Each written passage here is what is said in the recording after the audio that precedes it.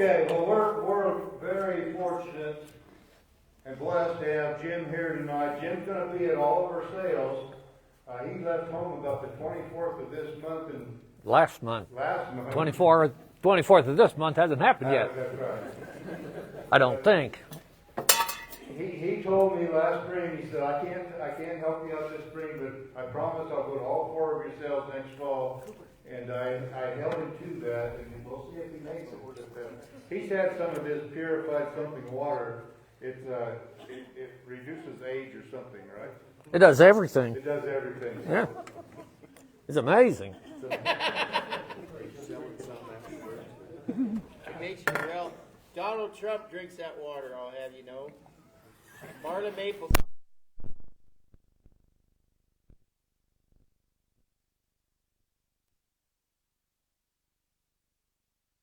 Back to our speaker, Jim Gerrish. I was thinking all of this last week, and so I kind of looked it up today. I've known of Jim for longer than this, but I think I first shook his hand 20 years ago in 2003. He was in northern Missouri at that time. I spoke at a group up there that he put together, and that was probably the first time that you and I met face to face. Probably. And then later that summer, he and I were on some Rush Creek Ranch in Nebraska that Allen Nation and Stockman Grass Farmer put us together. But I've been on the with Jim at several different speaking engagements over the years. We put our own gigs together. We've gone to Canada together. We've had a great time touring the world. And if I could pick anybody I'd want to be with, to speak with, that talks like we believe, it's Jim. You know, there's a lot of good speakers out there, but some of them are nuts. They aren't drinking enough water. So I appreciate what Jim says, you know, 100%. I haven't found anything that he says. We have the same message, and he just comes about it differently than I do, but I appreciate that. I remember one of the first times I spoke with Jim is at a grazing conference in Oklahoma City. And Bud Williams was at that meeting too. Remember that? You remember a lot more than I do. But Half the stuff he just makes up, I don't have a clue. But it sounds good. Yeah. that might have been the first time I heard Jim talk, except for in Nebraska. But Jim took the mic, and there's probably 100 people out there. We're in Oklahoma. And he says, do you know what the difference is between an Okie and an idiot? I thought, Gerrish, you got lots of you know what. And he says, the Red River. They're not laughing over there. I forgot about those guys. I told that joke in Oklahoma later at the university, and yeah, I didn't get nobody like me either. Anyway, that's the kind of guy Jim is. I'm going to turn him loose here. Earlier this year, I'm going to turn him loose pretty quick. Jim he wrote an article for, I think, our winter newsletter, and the bottom line of the newsletter says that expenses for cow-calf producers have increased 10 times faster than cattle prices in the last 50 years. And all of you guys probably read that. But that's why we can't do what we used to do. And, you know, to be profitable today requires a whole lot, something different than it did 50 years ago. So some of that I'm sure is going to be well into this presentation. Jim says 7 things I've learned about profitable ranching in the last 45 years. Thanks, Jim. Thank you, Kit. Always a pleasure to be here. I didn't pay the Missouri guy to start the clapping. But there it is. Okay. Let me get my hands situated here. Remote is in my right hand. Mic is in my left hand. Sooner or later, you're going to see me be talking into this and, switch hands. It always works better. Okay, so this is going to be some interesting things to say to a bunch of ranchers the night before a bull sale, okay? Because these 7 things that I'm going to talk about, oh boy, hopefully nobody gets mad and leaves. You know, I always say, if I ever hurt anyone's feelings, it's probably intentional. So, yeah, sometimes people get mad and leave, hopefully not, because eventually we'll get to the bottom line, and I think we'll all agree on the bottom line. So there it is, 7 things I've learned about profitable ranching over the last 45 years. The first one is ranching is a land-based business. The livestock are just incidental to the process. And we'll go down that path. Whoa! Have I been pushing the button that many times? I don't think it's on auto run. You're talking into the remote again. Okay. And I'm going to explain that a little bit, why it comes down that way. We got 2 things we talk about a lot in grazing management, and that's carrying capacity and stocking rate. Carrying capacity is what your ranch can supply. It is the supply side of the supply and demand equation. And carrying capacity, we'll go into it a little bit more, is something that you can actually improve on your ranch through management. Stocking rate is the number of animals that we put out there. It might be too many, it might be too few. It's what we put out there. That is the demand that we place on the land. And one of the real fundamental principles of grazing management is balancing stocking rate to your carrying capacity. You should never allow stocking rate to exceed carrying capacity. If you do, it gets very expensive. So the way we can increase stocking rate, and stocking rate's a real important deal, because basically the more animals you put on the place, the greater the revenue stream is going to be. You will hear very many people say that stocking rate is the primary driver of profitability. It is not the primary driver of profitability necessarily, but it is the driver of revenue, of income. The more animals you can run on the place, the more money you should make, unless something happens. It's also a primary determinant of individual animal performance. And in general, as stocking rate increases, individual performance goes down. So what do we mean by individual performance? Rate of gain on yearlings, breed up on cows, weaning weight, those are all measures of performance. Typically, as we increase stocking rate, those go down. That has been illustrated for a long, long time by this pair of curves called the Mott curves.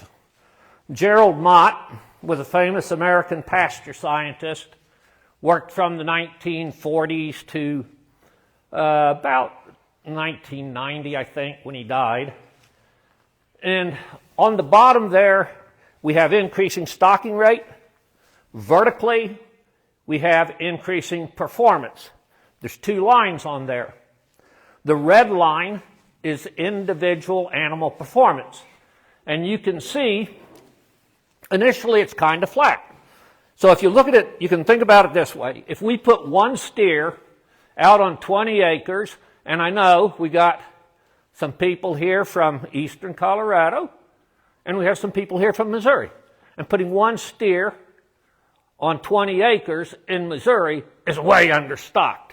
In eastern Colorado, it might be ravaging the land. I don't know.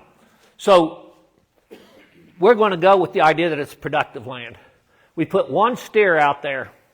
It can select anything at once. Its average daily gain is way up here.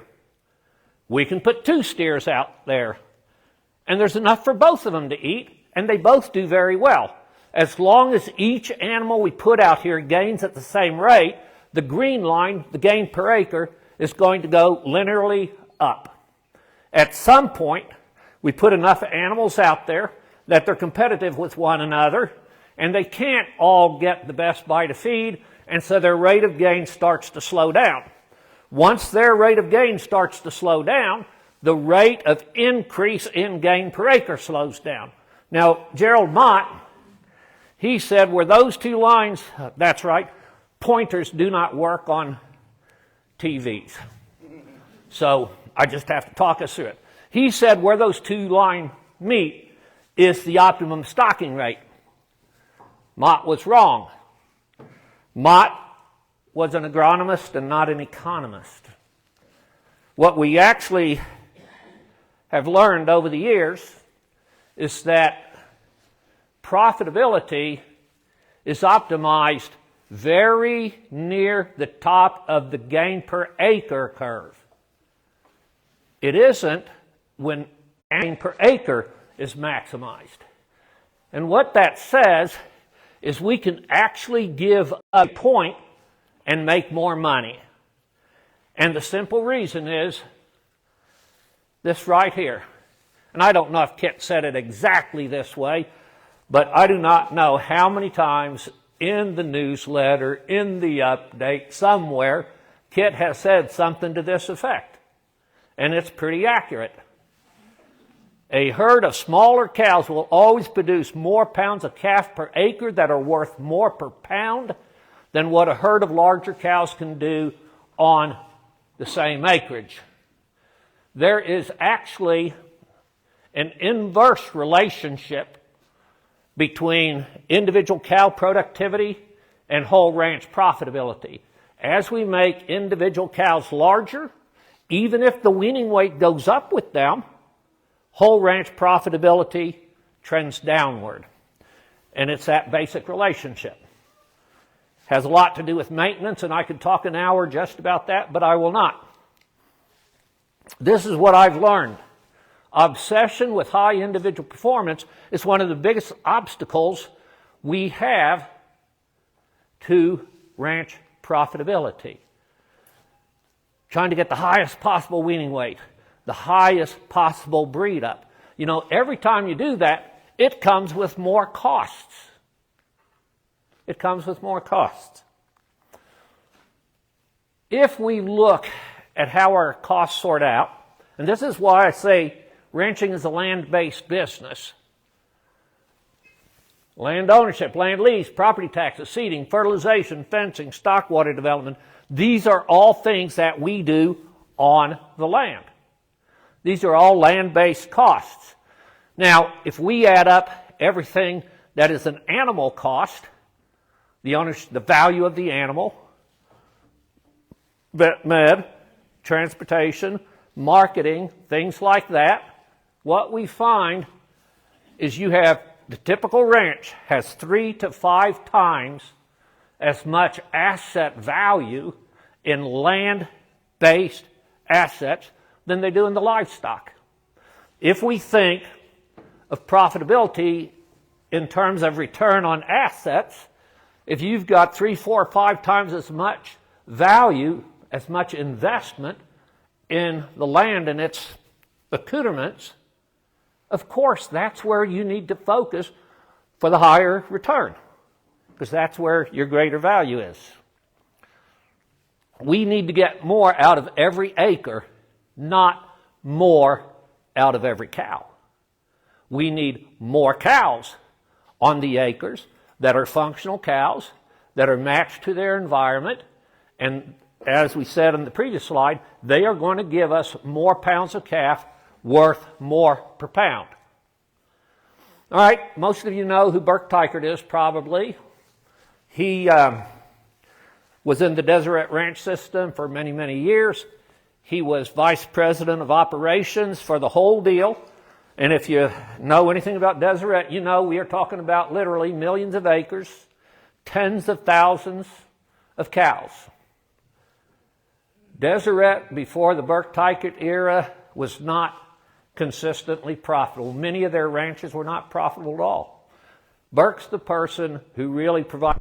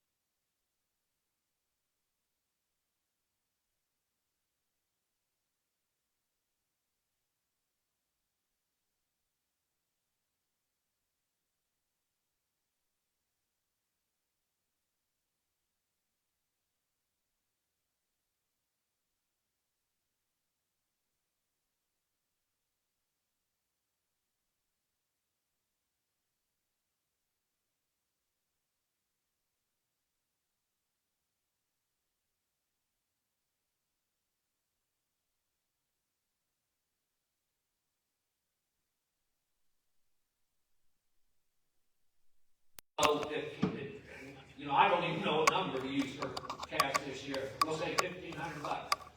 If calves are worth $1,500, overheads need to be.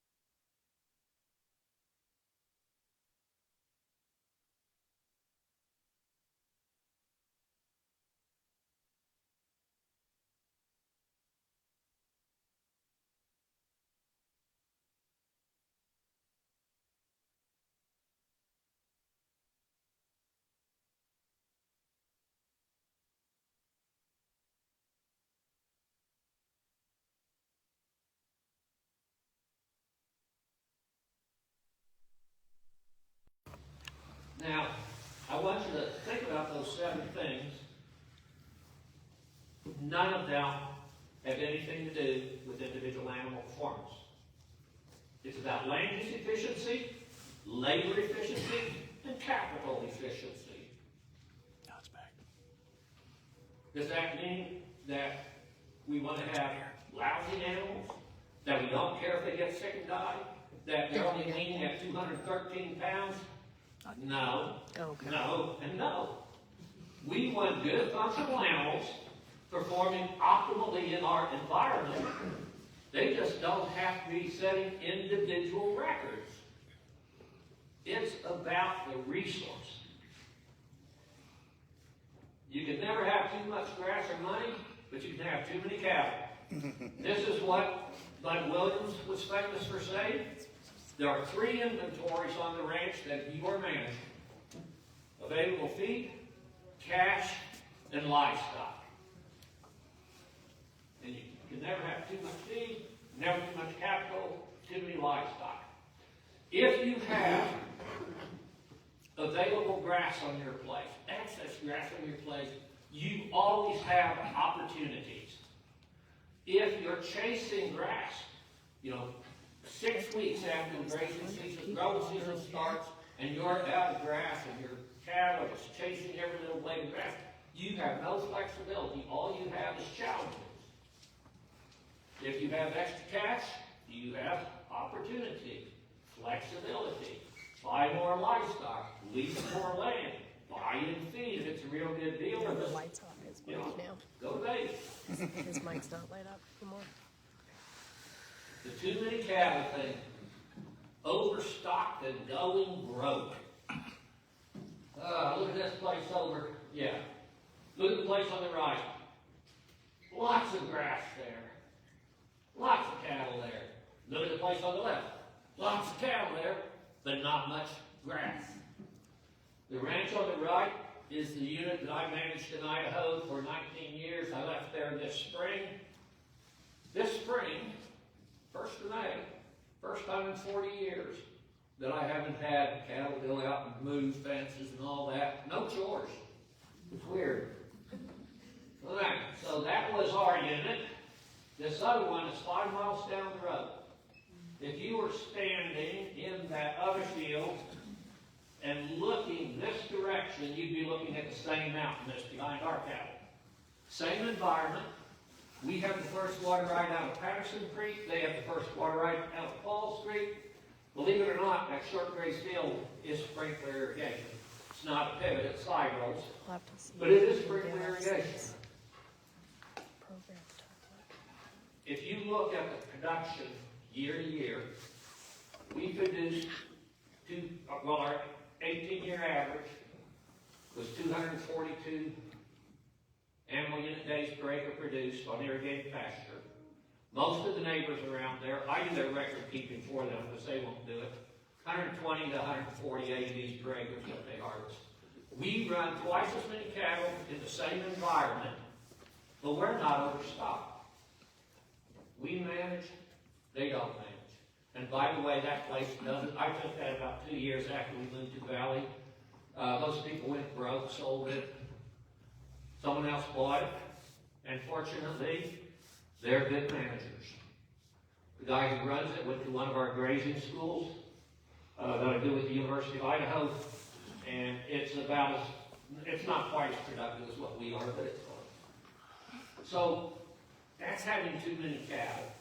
You can't have too much grass, you can't have too much money, but it's very easy to have too many cattle. Do not calve in the winter months. I was having a conversation with Dallas Vamp earlier this year, and also with Bert, and the question on the table was, if there is one thing that you can change about a ranch, take it from being unprofitable to being profitable, what would it be? My first choice was don't calve in the winter. Dallas's was, you have to be able to graze, to be in the cow-calf business profitably, consistently, you have to be able to graze at least 10 months of the year, 8 years out of 10. He says he sees very, very few ranches that feed more than 60 days that are profitable. And then Bert's was his 3 rations. Head per acre, cows per man,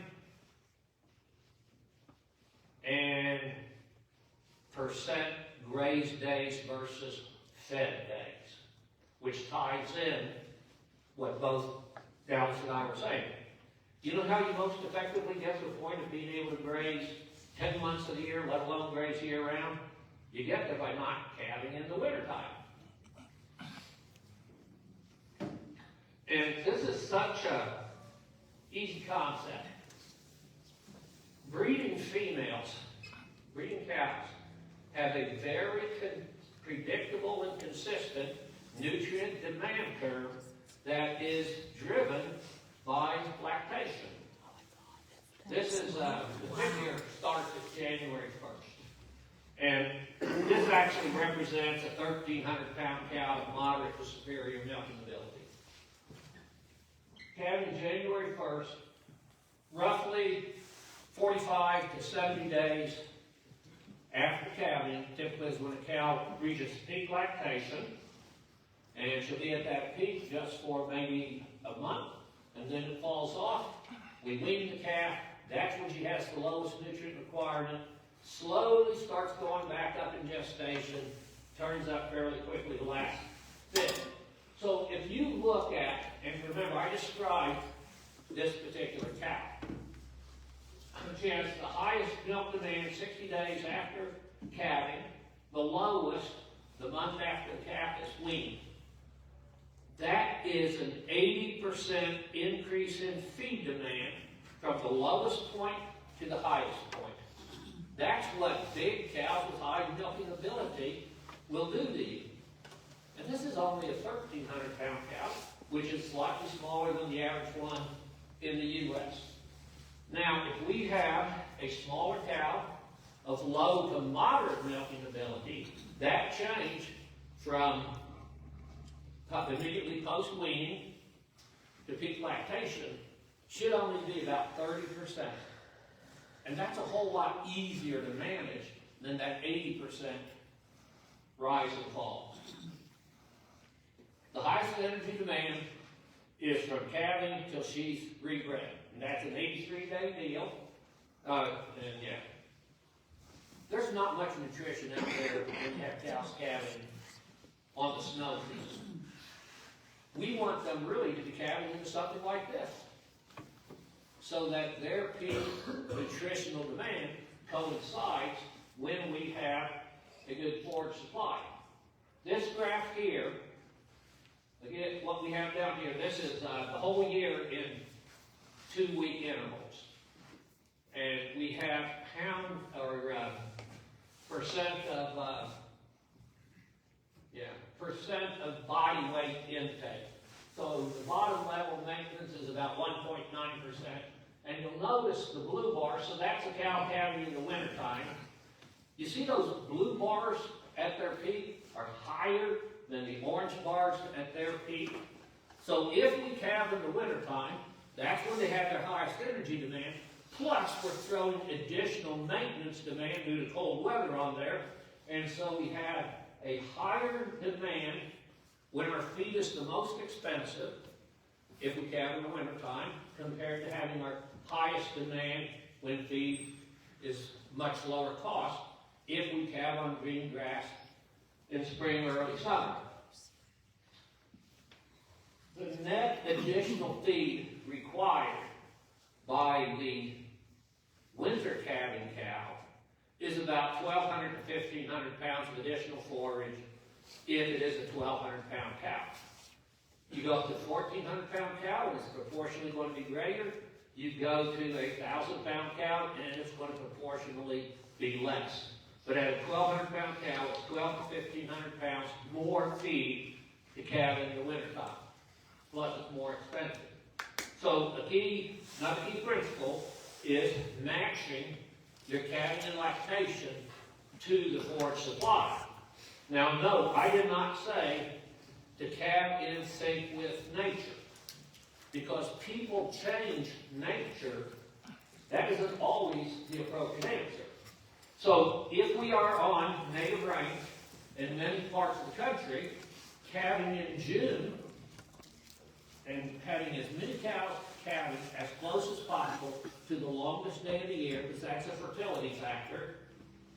In true native range environments, that is probably the target calving time. Now, irrigated pasture, that's messing with nature. That is changing nature. That is changing the synchrony of your feed supply. And I had, on the ranch in Idaho, based on our grazing records and our feed supply, that if I could have every calf born on May 17th, that would be the perfect matchup to our irrigated pasture supply. Well, that's not too far off from June. But what about southeast Texas? And the ryegrass, cereal rye, oats, arrowleaf clover, the best quality forage that they have is basically February to April or May. And so there's a place where calving in January might actually make sense, because we as people have changed nature. We have changed the feed supply. And then we go to Missouri with all our infected tall fescue, and what makes sense there is fall calving. The toxicity of fescue is most severe in spring and early summer, least severe in fall and winter. Fescue, in contrast to most cool season grasses, actually has its highest digestible energy in the fall of the year, not in the spring of the year. That's why if you're predominantly on infected tall fescue, fall calving, which is completely opposite of being in sync with nature, it's completely out of sync with nature, but it's in sync with your feed supply. Here's an amazing one. Water makes grass grow. And I'm going to get some of this special water.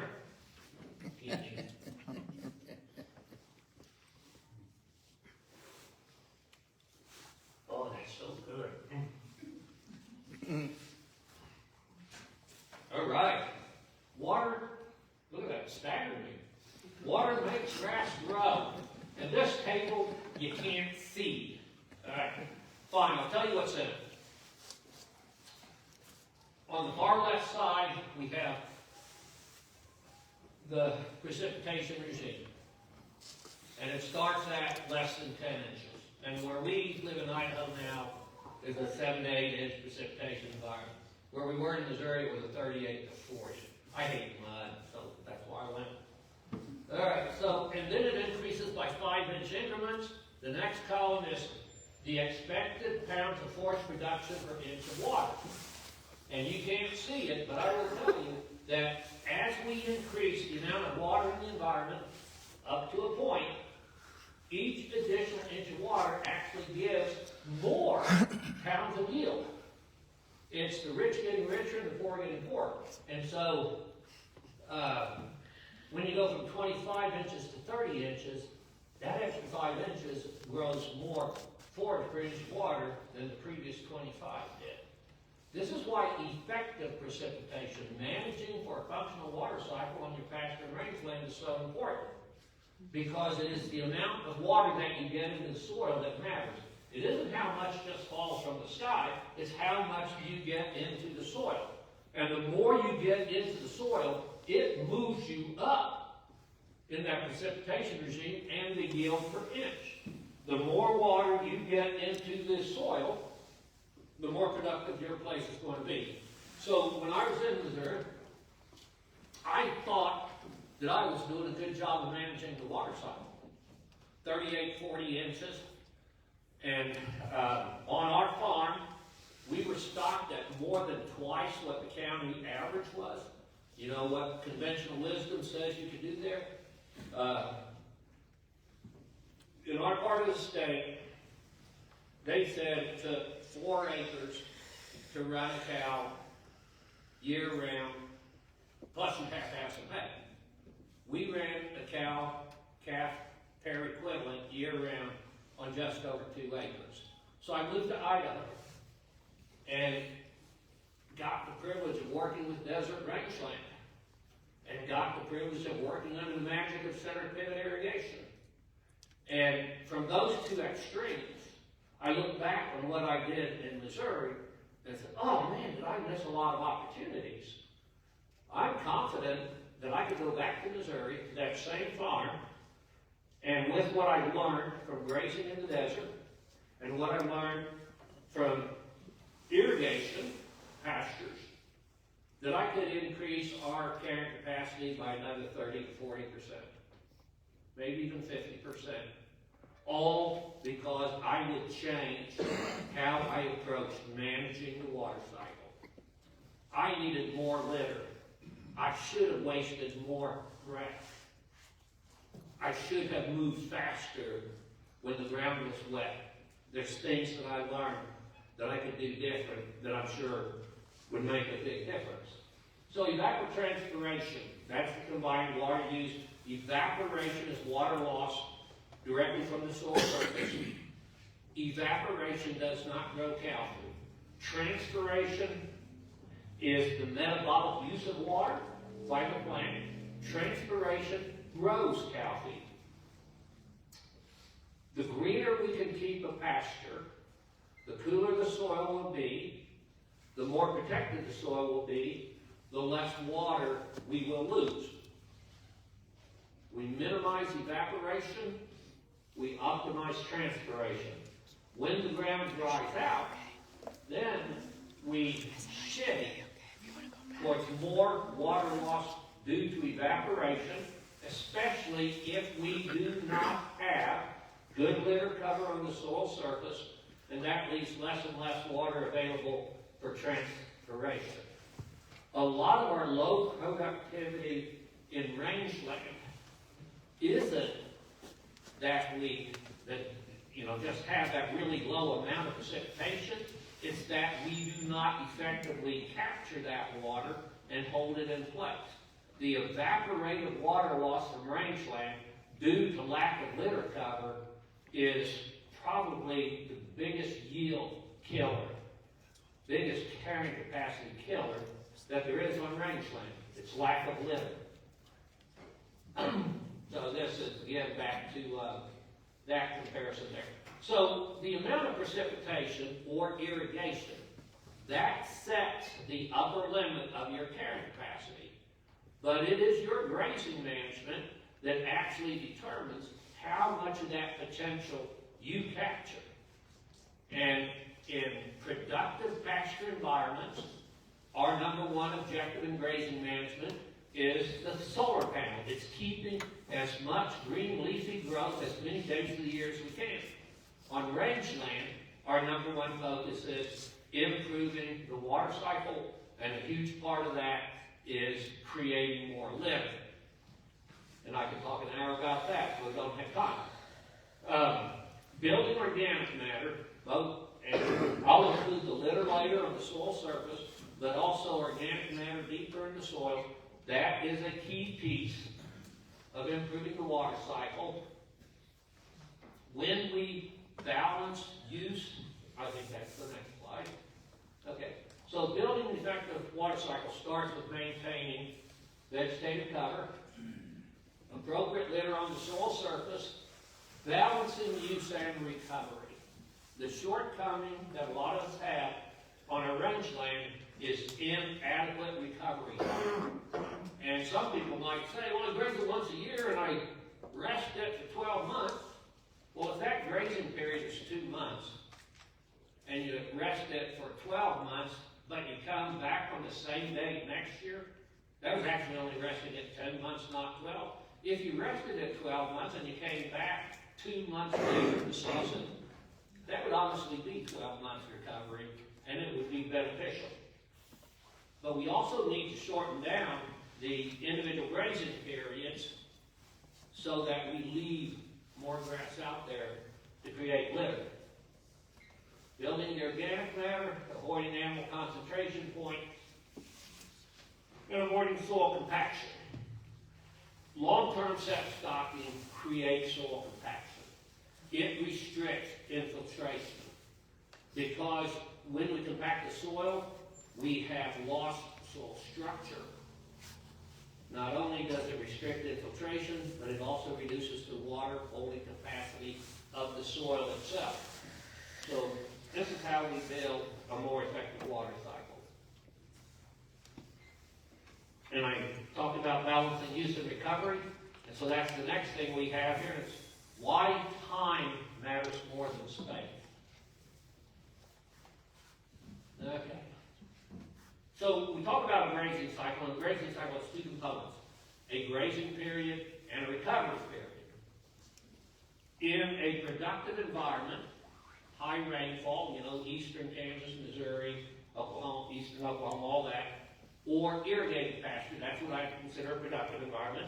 And we might graze a single pasture 3, 4, 5, 8 times in a year, depending on the length of the growing season and the overall productivity. And if we do that, each grazing period is followed by a recovery period, and so that's the grazing cycle. These next two slides, I think, are the best explanation I've ever come up with as to why we want to make grazing periods as short as possible.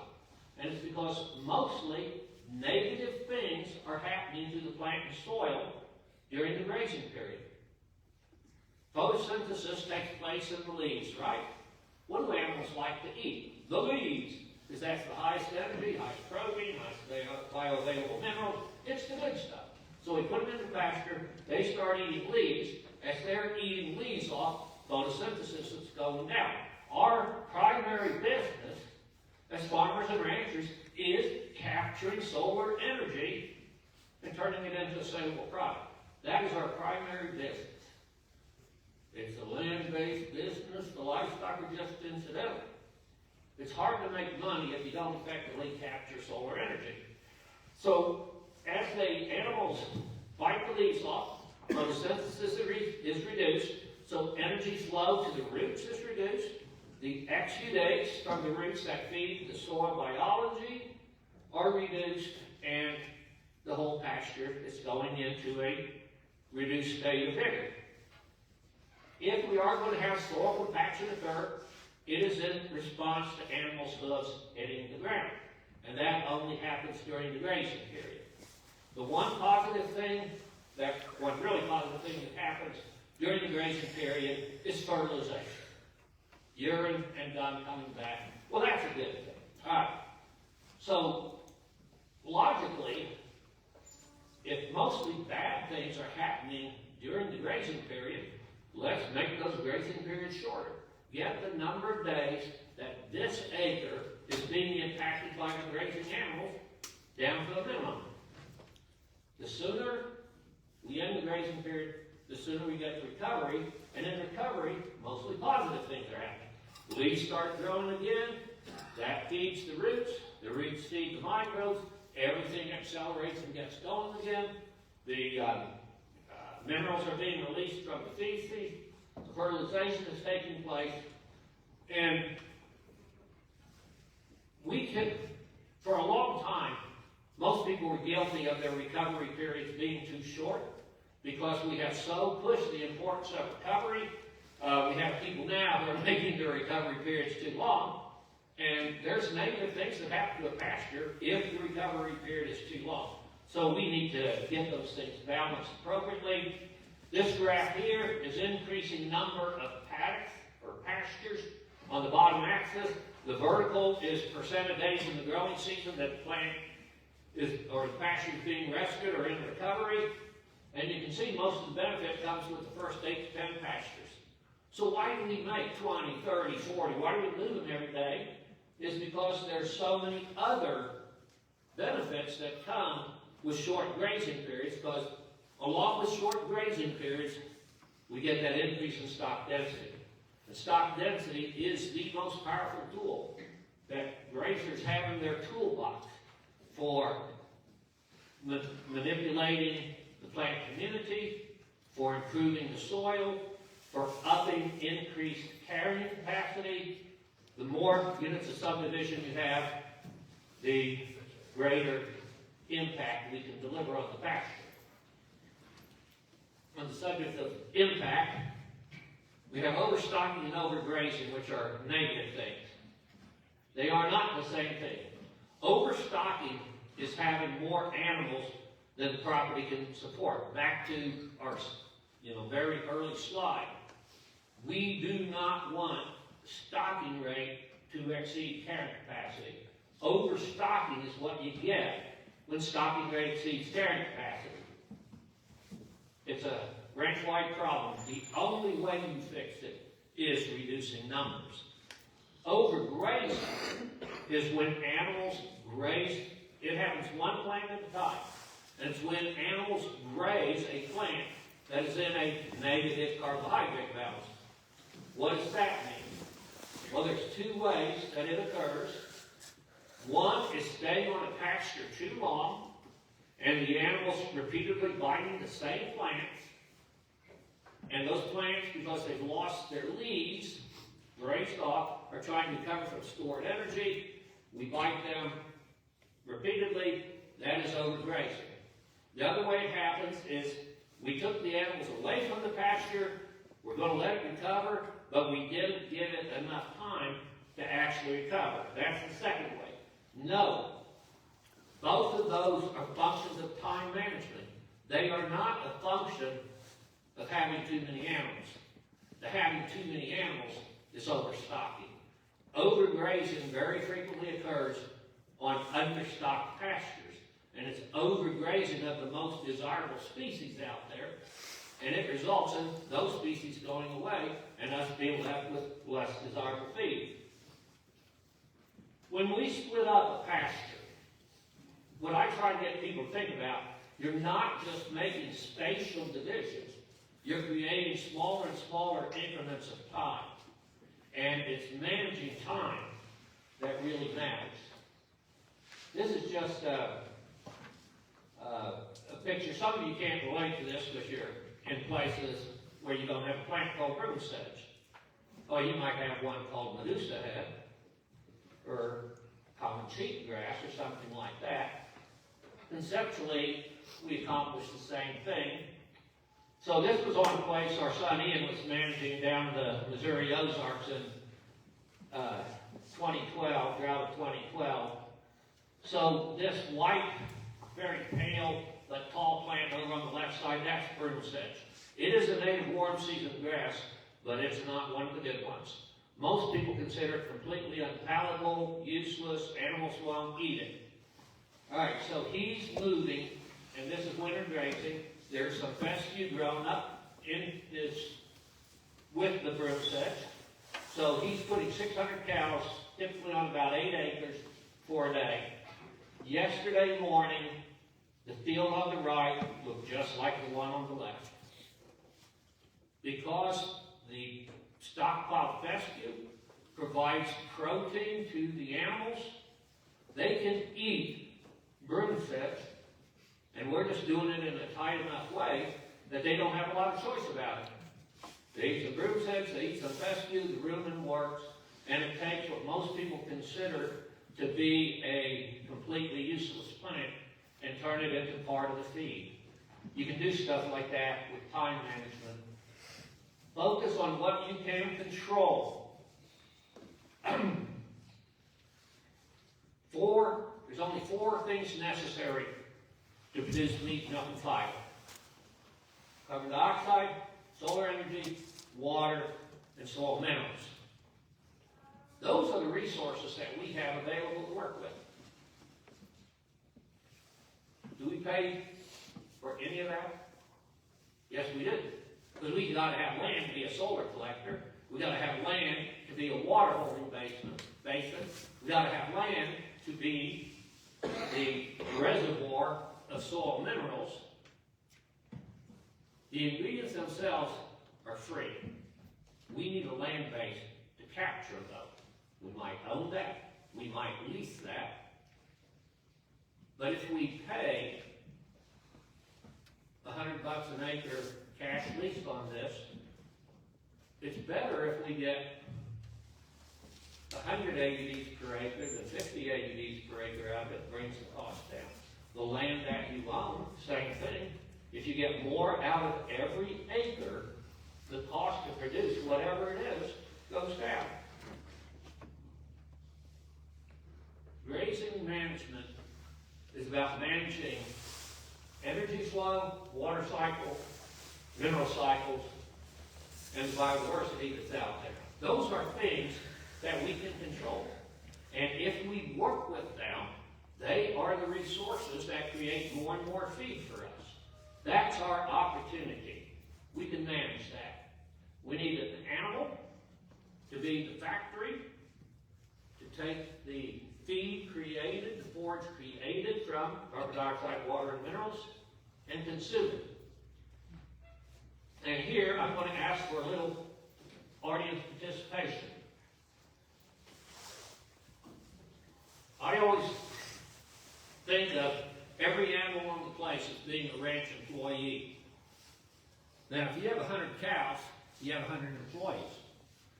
If you have a business in town with 100 employees, you'd probably have something called position descriptions that describe what the employees are doing, supposed to be doing.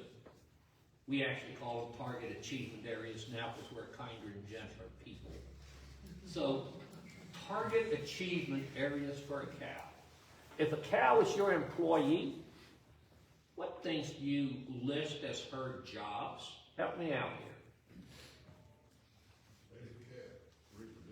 Raise a calf? How often?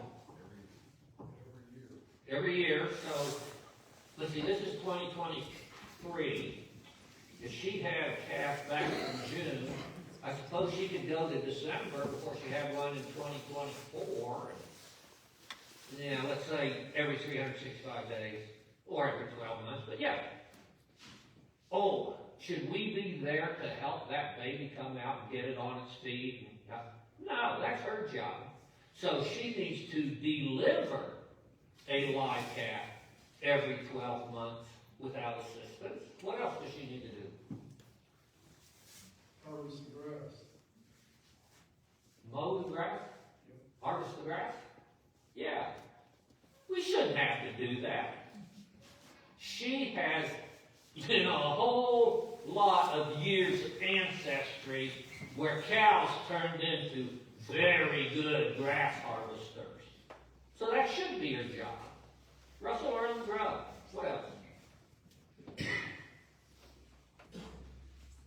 mow weeds, fertilize. Here's what I put in the cow's position description. Rustle her own grub, find the best bite of feed you can. I don't need a nutritionist figuring it out, because that cow knows everything she needs to know about what she needs to eat. Deliver a live calf every 12 months, bring a live calf to the weaning center, stay healthy without a lot of fuss, mow weeds, fertilize, till ground, plant seeds, and one of the most important ones of all, come to work every day with a positive attitude. All right, so that's a cow's job. Here we are, so we have to ask the question, well, what is our job? And my view is, whatever the business is, it is not the manager's role to step in front of an employee and do that employee's job. No. What is it that a manager does? Create a working environment where your employees can thrive. We need to create a working environment where that cow can be the very best cow she can be. Now, I have yet to see a cow knock down a fence and set it back up. So we do have to maintain ranch infrastructure. Sometimes when we go this exercise of what's the cow's job, someone will say, make me a profit.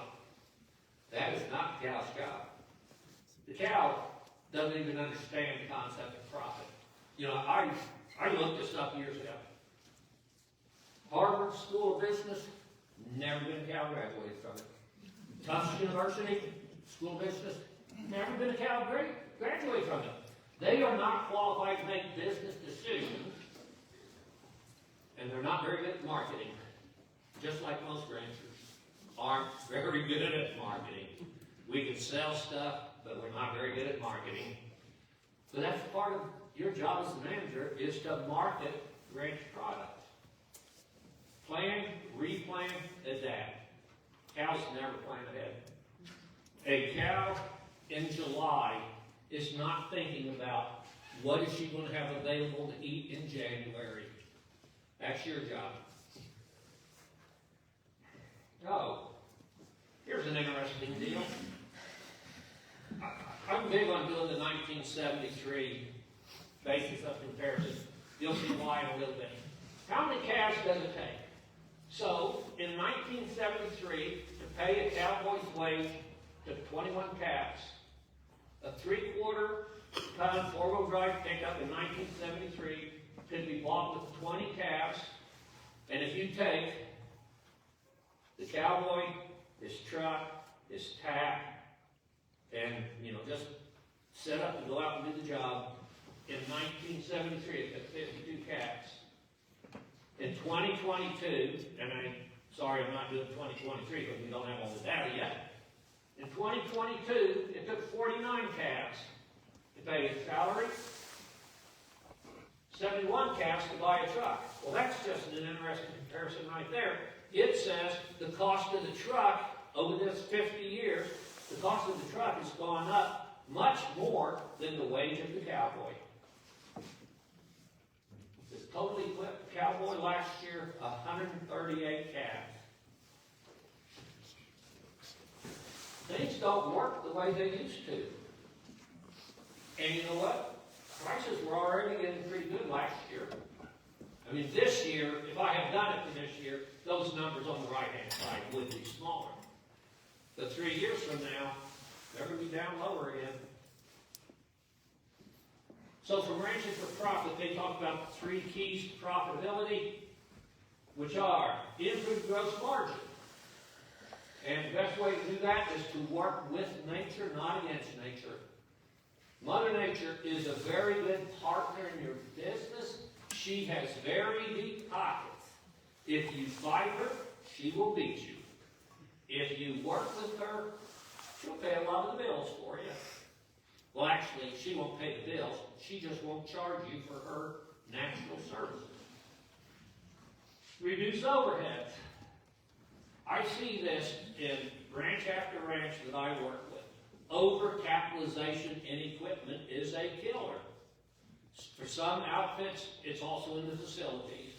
But for most places, it's equipment accelerate turnover rate. Don't get married to your cows.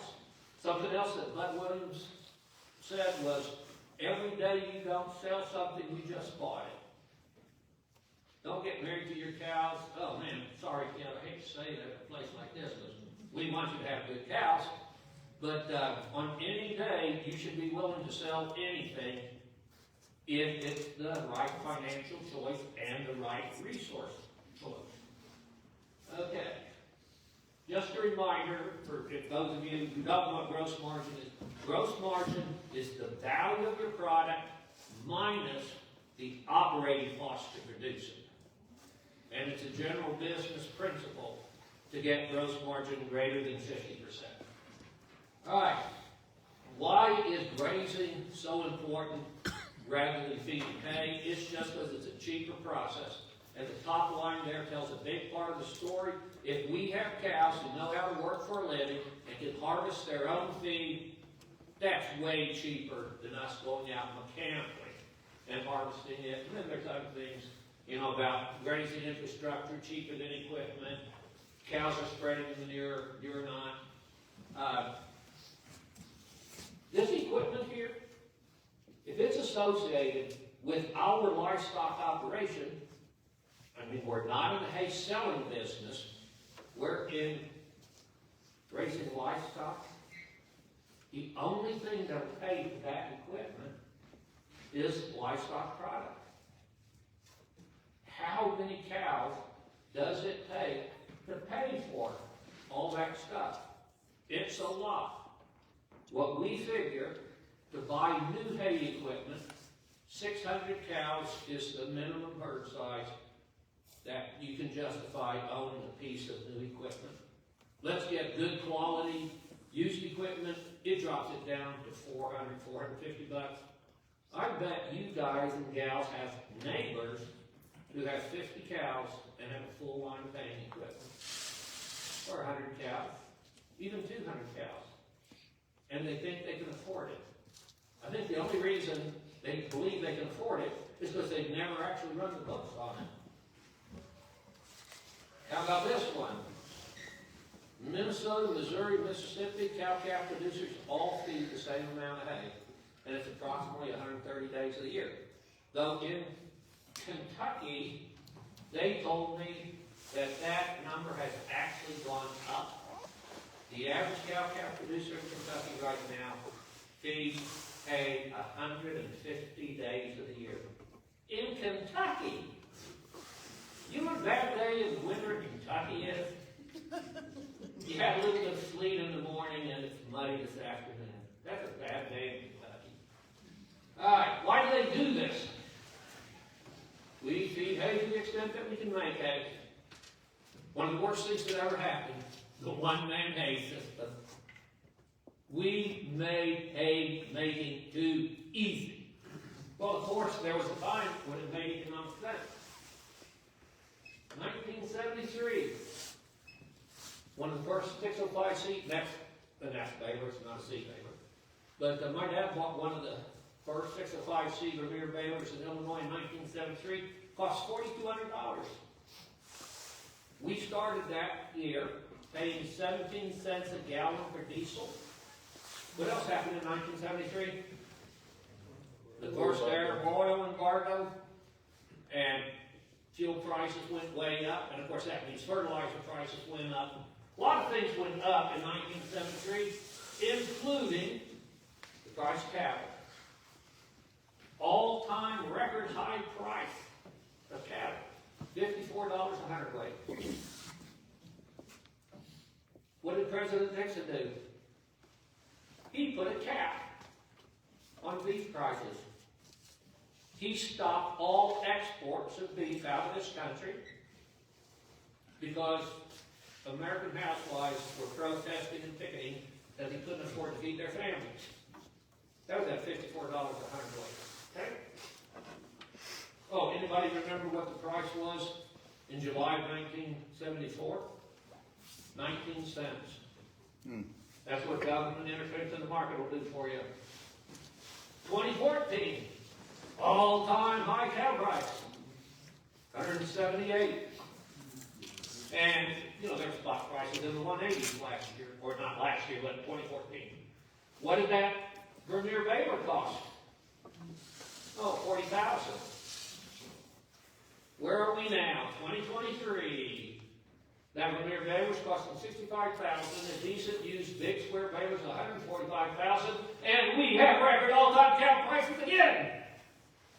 Woo! It says 185 because we've been up to 189. I don't think we ever officially say that we broke 190.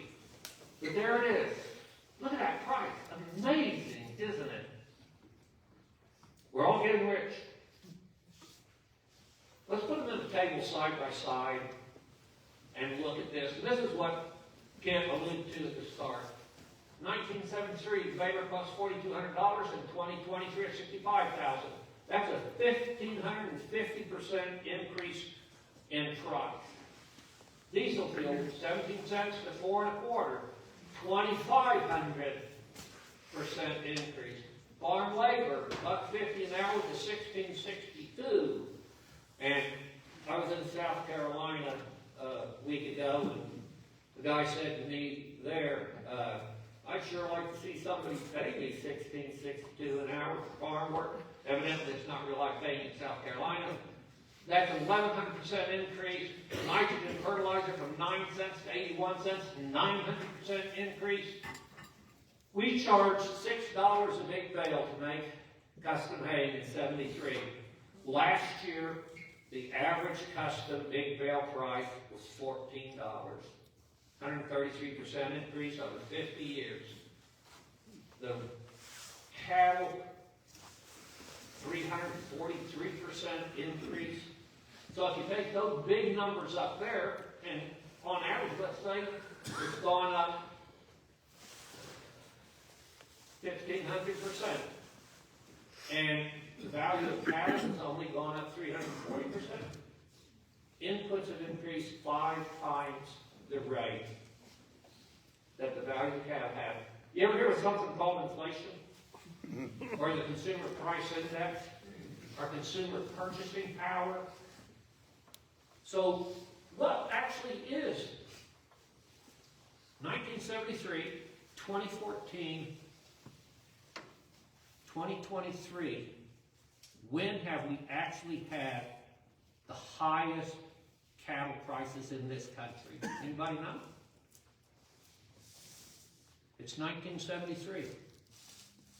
If the only thing that was working was the general inflation rate across the whole economy, fed cattle today should be $308. That means our calves, we ought to be getting $450, not $300 for them, if you're getting $300. I mean, some people are getting that. The highest, in terms of consumer buying power, in terms of inflation-adjusted dollars, 1973 is the highest cattle price we've ever had in this country. The price we have right now is 55% of what it was in 1973. And that's why things don't work the way they used to. We cannot have a business that is built on iron and oil, things over which we have no control. And that brings us to the final item here. I will have no fear of wasting grass. Some of you, how many of you have been in meetings with me where we've done this before? Surely somebody remembers this. Anybody remember doing this? No. New crowd? Really? Huh. So, what you actually showed up to tonight is a meeting of Overgrazers Anonymous. And this is where we're going to get down to what we do in rehab. We're going to get through this together. And one of the ways we do that is we have the mantras. The mantras of our addiction, which is overgrazing and overcapitalization and equipment. And for not people in this room, but a lot of your neighbors, oversizing their cattle, being focused on the wrong things. So we have mantras that we say together to support one another. And the first mantra of Overgrazing Anonymous is, it takes grass to grow grass. So we're all going to say this together now. It takes grass to grow grass. That was me. All I could hear was me and Mike. It takes grass to grow grass. Very good. And this is interesting. We have the 7-year-old, and this guy, I don't know how old he is. 39. He isn't, he's lying. 73 on the 8th. 73 on the 8th, okay. I love that they were the most vocal here. The youngest, no, he's not very talkative yet, is he? No. He's shy. Yeah. But we had the youngest guy and one of the older guys in the room most vocal about it. Takes grass to grow grass. You know what the next one is? This is an important one. Grass feeds the grass. Grass feeds the soil. Then grass can feed the livestock. All right, everybody ready? Grass feeds the grass. Grass feeds the soil. Then grass can feed the livestock. You know, if you go out every day and you're just thinking, gotta feed the cows, gotta feed the cows, gotta feed the cows, you're going to run out of grass. And then you're going to be in a pickle. If you go out every day thinking, grass feeds the grass feeds the soil, and you manage accordingly, the cattle will pretty well come along for the free ride. You first take care of the plants and the soil, and the cattle will do very well. Oh, but we have the fear of wasting grass. I'm sure nobody here has done it, but you have neighbors that do this. You go to the pasture thinking that, not you don't know why that came out. They go to the pasture thinking they're going to move their cattle, and they get there and say, oh, look at all that grass they're standing. They're up over their ankles in grass. I better leave them there. That's the fear of wasting grass. And it's an unhealthy state to be in. So this was a pasture. It was yay tall. Grazed it, took the cattle out, and we are left with a lot of green leaf there. There's 4 to 5 inches of grass out there. All right, that keeps the soil cool, because the top part of the plant is the highest quality of the plant. We actually fed the animals quite well with it, and the plant doesn't like being bitten down to the roots. So this is good for the plants, good for the soil, good for the livestock. Now, if we suffer from the fear of wasting grass and we leave them out there another day, this is what we get. There's no green leaf left to capture solar energy to keep photosynthesis going. There's sunlight hitting the ground, evaporating water out, so we don't have water to grow grass, because everybody knows that one, right? Water makes grass grow. Oh, so this is bad for the plants, bad for the soil, bad for the livestock. We don't want to do this. And that brings us to, I don't even want to talk about that, it's too small. To the third mantra in Overgrazers Anonymous for recovery. I will have no fear of wasting grass. Let's do this. I will have no fear of wasting grass. Yeah. The more grass you waste, that previous slide illustrates that if you're willing to waste grass, it can increase your productivity by 50 to 60%. The cheapest ranch you'll ever buy is the extra production you get off the one you already have because you were willing to waste grass. And no, I didn't bring any books to sell, but these talks always end with a book ad. Oh, jeez. I'm going to be in trouble with my wife unless I do something before we all slip away. There's brochures for our business that I'm supposed to have out here for everybody to take.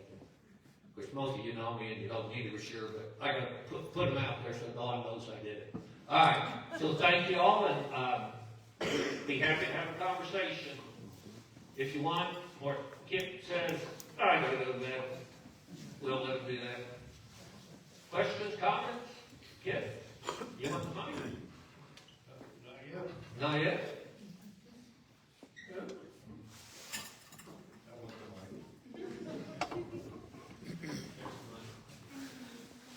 Okay, I've done this presentations many times over the years. Jim's done it more than I have. One thing I do know is that everybody sits there, no questions. He just covered everything perfectly. You have no questions. As soon as I say, okay, good night, everybody charges down here. We got 40 people around Jim trying to ask questions. That's not going to happen here. Come out a little bit. Walk out. Thank you. Stay in your seats. If you have a question, ask Jim. I want to hear the answer too. I'm not going to get a crowd down here. We lost Jim. So if you have a question, stay there, ask it. We'll all discuss it. We all learn and listen. Not very many people learn when we're all crowded around Jim later. Any questions for Jim? He'll be back. Is dormant season, short intensity, short duration, high intensity important? And how important is that, like during the winter months? That's way over my head. I'll let you ask that when Jim comes back. Have you got any questions for me concerning the bulls or the sale tomorrow?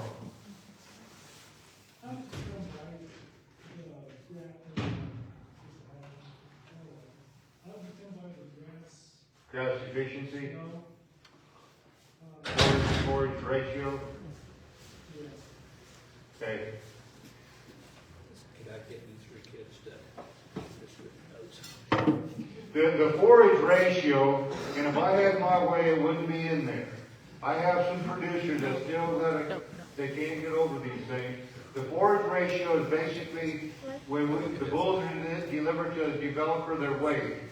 At evaluation day, they're weighed again.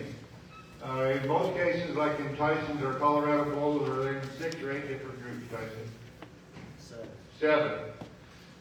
So every group is ratioed among itself. So average for any ratio is 100. So 100 is average, 110 is 10% above average, 90 is 10% below average. I brag about that a lot just because I'm a salesman, but it's not a good tool to use to select bulls. You know, and I'll say the same thing about marbling. You know, some of those bulls that gain really well and marble really well, all they do is sleep and eat. No wonder they gain and marble. The bulls that don't marble so well, don't gain so well, what are they doing, Bobby? Well, thinking about breeding cows, they're fighting, they're riding, they're chasing. You know, I'd rather have a bull that's burning his marbling, thinking about breeding cows, than a bull that just eats and sleeps. Now, you're going to have to ask your question again. You might have. How important is a short duration, high intensity grazing during the winter months, during the dormant period? All right, good question. Can you repeat the question, Yeah. Mike? Yeah. So the question was, how important is short duration grazing period in the dormant season? Okay. In the growing season, our focus with short grazing periods is on plant response. In the dormant season, our focus, we have 2 focuses. One is harvest efficiency, just because we're trying to squeeze more days out of this stockpile pasture so we don't have to feed expensive hay. But the other one is managing the protein energy ratio in the rumen. When I was in Missouri and we were working with fall fescue stockpiles, which really never get protein deficient, I didn't understand this piece of it as well. So there, in that productive environment, we were mostly grazing short duration for more ABVs per acre. All right. When I moved to more western range and got more clients in warm season environments, that those grasses are typically protein deficient in the winter, in the dormant season. Sometimes we have some cool season in there, and remember, cool season is always higher in protein. And let's say we've got 50 cows and 400 acres of winter stockpile feed. We could put those 50 cows out on the 400 acres, and we say, man, this will feed them for 100 days. We put them out there, and in 2 to 3 weeks' time, they've gone through and they've gleaned all the high protein material out. And they look real good in those first few weeks out there. They start falling off. And that's because they hydrated protein out. So in the normal scenario, after we start feeding a protein supplement and adding cost to it. If, however, and I hope everybody understands that a ruminant animal does not need to have intact protein fed to it every day. If you twice a week, give them a protein source, because the rumen is a batch processing system, they only need a shot of protein a couple times a week. And so if you do like a 3-day strip grazing in the winter, on the first day, they're going to seek out higher protein material, and that's basically the protein boost they need for the next 2 days. And we've had a lot of clients who have either greatly reduced or completely eliminated their winter protein supplement when they went to a strict grazing approach to it. So that's why it's still important in the wintertime, is you're managing animal nutrition with it at that point. Hey, Jim, I read twice a day still on mature grass. I'm reading what the cattle are doing in college and Mm-hmm. this year I'm not having before, but this year I'm also almost like they're on the meat grass. It's not a real hard grass, it's soft. Okay. I don't understand why it is. I figured it's dry and hard. Okay, he said this year on his dormant grass, the manure is still soft, doesn't have green color to it, more greener than usual. Yeah, it's still a little green, pale green. Yeah, and where are you from? South of Cheyenne, Wyoming. South of Cheyenne. Did you have a good moisture year? Yeah. Okay, I have seen this all over the West that had good moisture year, that there is green still in the forage where I've never seen green, this time of year before, at least up until, this round of frost that we've had. And yeah, I've seen that kind of manure all over. And basically, if it's got green to it, it is a higher protein content than if it's completely browned out. And that's what's keeping the stool softer, is it's just more protein than you're used to seeing at this time of year. That would be my guess. Anything else? Yep. Question about supplemental protein on stover or stocks. Mhm. What's your preference over Byron or alfalfa? Okay, on supplementing corn stalks or other crop residues, do I have a preference of non-protein nitrogen, so urea, pyrene, versus alfalfa hay? If there is enough digestible energy in the forage, the non-protein nitrogens are going to work pretty well for you. If the energy content is also below what the animal's need is, and later season corn stalks, that can often be the case, they're going to need some additional energy as well as the protein, and at that point, non-protein nitrogen supplements cease to work. Because they got to have additional energy also. In a lot of places, because of its availability, I actually like alfalfa hay as if it's real marginal rangeland where you are going to need some energy as well as protein.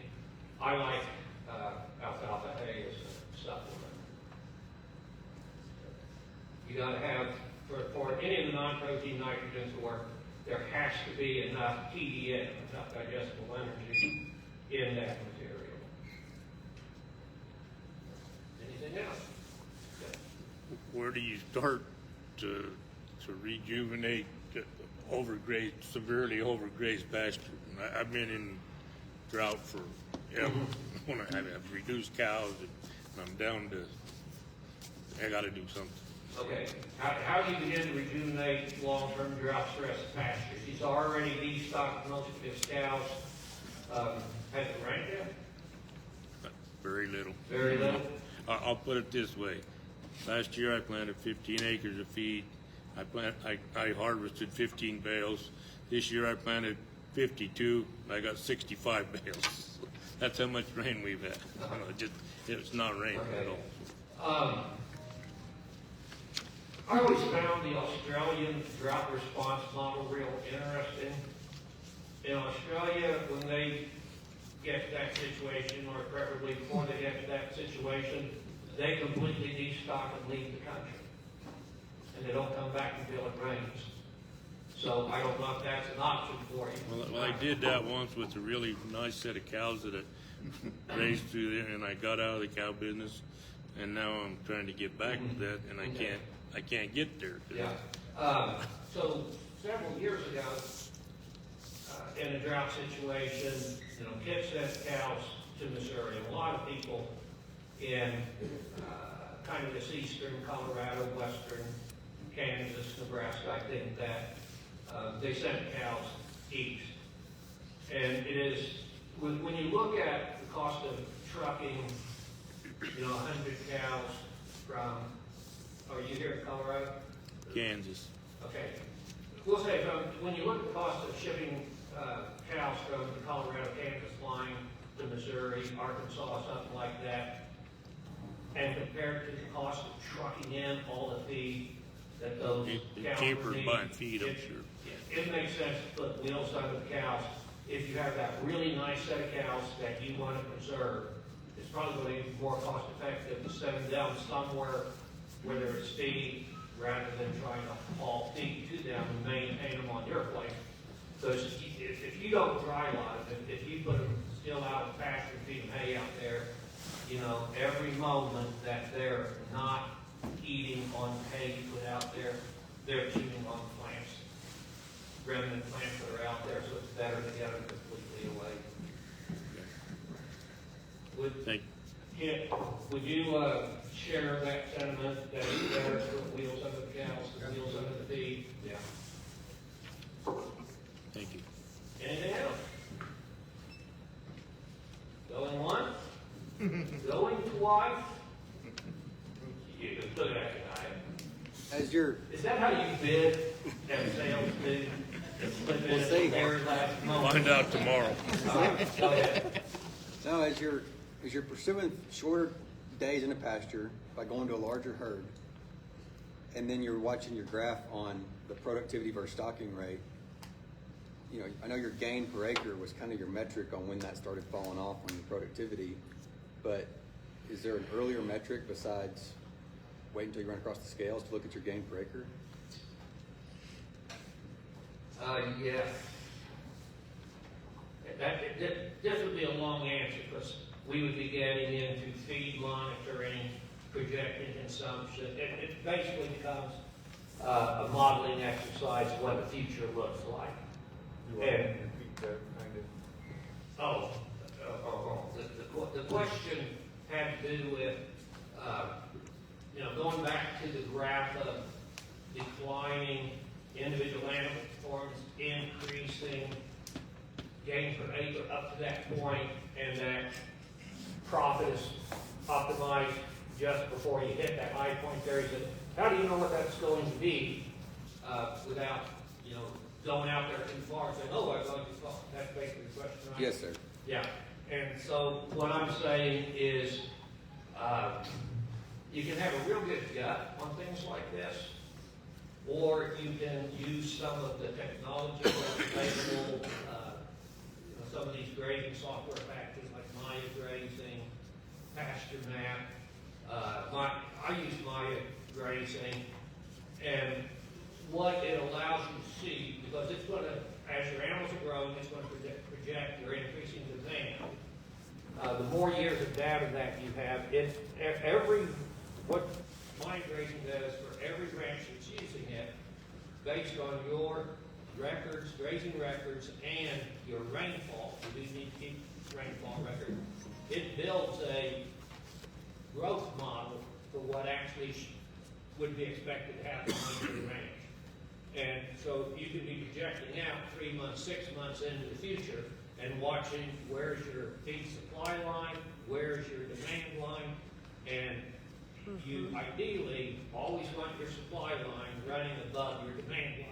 If those lines are heading toward an intersection, you need to do something ahead of the predicted date of that intersection and either lease another place or ship stock cattle off, but you got to make an adjustment. So those kind of tools are valuable in helping you manage that situation. So really that point then is when you're starting to get into, when you're forward, when you're losing your forage base is when you're going to start seeing that decline. Yeah. So as long as you've got enough forage in front of you, then you're not going to be getting behind on that gain. How do you know how much forage you have out in front of you right now? Just an idea of an estimate on what's I've got for the next 10 months. So How did you do that? set my eye based on doing the weighted, Okay. measuring the circles and then setting your eye and then just All right. Make That's it visual. good. That's good if you're actually doing it. That would be what we call a pasture inventory. And on our productive pastures, we would do that every 2 weeks. I go across everything every 2 weeks, visually estimate how many AUVs per acre I have available. And so before I was ever using my grazing, I did it all in spreadsheets, but I always had an accounting of the feed in front of me. I know what the herd inventory is and what, it's, if you're cow-calf, your demand is going up until the day you leave, then it drops down. If you're running yearlings, you better hope their demand's going up, because if that demand isn't going up, you're not gaining anything. And so as long as you're monitoring your livestock inventory and figuring what the demand is going on an ongoing basis, and if you do the pasture inventory, I said, okay, in a productive environment, we do it every 2 weeks. In a rangeland environment, we do it monthly. But we always know what we have in front of us and what the demand is going to be. You monitor those two things, and you can make good decisions about when you buy, when you ship, all of those things. All right. Anything else? What tools, Jim, did you use for projecting the forage? What did you do to it? Did you use your eye, or did you just evaluate by eye, or did you use Okay. a grazing scale? No. The question was, how did I figure how much feed I had? I use the trained eye. How do you train the eye? You do 30 daily moves with poly wire. And if you do that, and that sounds crazy on rangeland, but I got people doing that. If you know what your herd size is, and I do everything in AUVs, so I know how many animal units are out there, and I look at, if it's a rangeland deal, I say, well, that's 15 AUVs per acre, and if I've got 1,500 animal units in the herd, they need 100 acres a day. Okay? If I'm in a productive environment, and I say, well, that's 85 AUVs per acre, and I have those, how many did I say I had 1,500? I can't do that math. But it's something less than 20 acres that they would need a day. But if you make those moves, and what I would say is, if you come back the next day and it's grazed down that too short, you guessed wrong, and you got to increase the amount you're giving them. If you come back the next day and it's still that tall, well, you guessed wrong the other way, and you can shrink it. You do that 30 successive days, and your eye will be statistically as accurate as flipping quadrats, using a rising plate, any of those tools we use in research. The New Zealanders showed that relationship back in the 1970s, that the trained eye was as accurate as any tool we can use. All you have to do is go through the process of training your eye. And it depends on how precise you want to be. If you want to be in the ballpark, you don't have to move them every day. You could, do it in a constrained or existing pastures or something. But the key thing is you make an estimate and then see what the outcome is. Anything else? Here we go again. Going once. Going twice. Going 3 times. We are closed until tomorrow morning. Good.